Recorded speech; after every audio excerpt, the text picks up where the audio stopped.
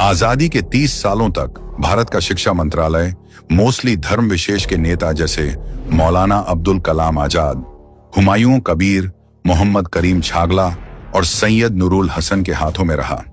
क्या यह संयोग था? आजादी के बाद नेहरू परिवार की रिश्तेदार रोमिला थापर ने अपने तरीके से इतिहास लिखा, मुगलों का मनचाहा महिमा मंडन किया और शिक्षा नीम को आक्रांताओं का गुलाम बना दिया गया।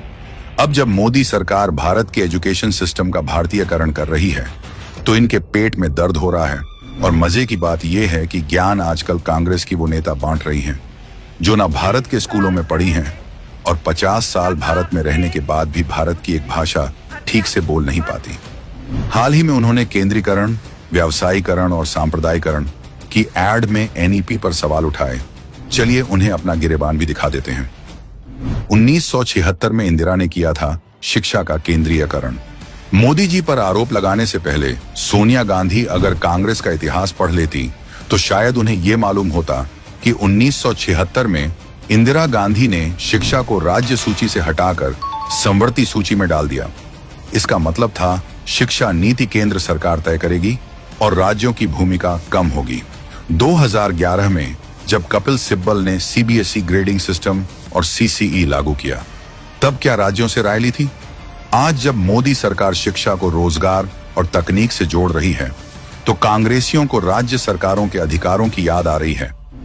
व्यावसायीकरण शिक्षा सुधार के नाम पर सबसे बड़ा ढोंग 2009 में यूपीए सरकार का लाया गया राइट टू एजुकेशन एक्ट था, जिसकी घिसी पिटी धाराओं ने बिना परीक्षा कक्षा 8 तक प्रमोशन ने बुनियादी शिक्षा चौपट कर दी।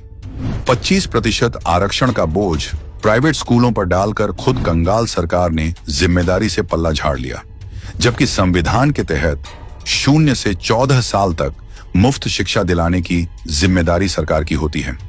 आरटीई एक्ट में प्राइवेट स्कूलों पर सख्त नियम थोपे गए, जबकि सरकारी स्कूल बदहाल रहे। सरकार से मान्यता अनिवार्य होने से घूसखोरी बढ़ी, पसंदीदा लोगों को मान्यताएं दी जाने लगी। यूपीए के इस आरटीई पॉलिसी से सिर्फ 5 सालों में देश के 1 लाख स्कूल बंद हो गए। सांप्रदायिकरण, इतिहास से छेड़छाड़ का असली गुनहगार कौन? सोनिया गांधी कह रही हैं कि शिक्षा का सांप्रदायिकरण हो रहा है। इनके राज्य में कैसे किताबों के थ्रू स्टूडेंट का ब्रेन वॉश किया जाता था। उदाहरण के तौर पर कक्षा 6 की हिंदी किताब में लक्ष्मण जी द्वारा सूर्पणखा का नाक काटने और प्रभु राम के राक्षसों का वध करने पर सवाल उठाए गए। कक्षा 5 की किताब में भगवान श्री कृष्ण के नाम पर केशव नामक लड़का आक्रांता का सेवक दिखाया। कक्षा 4 में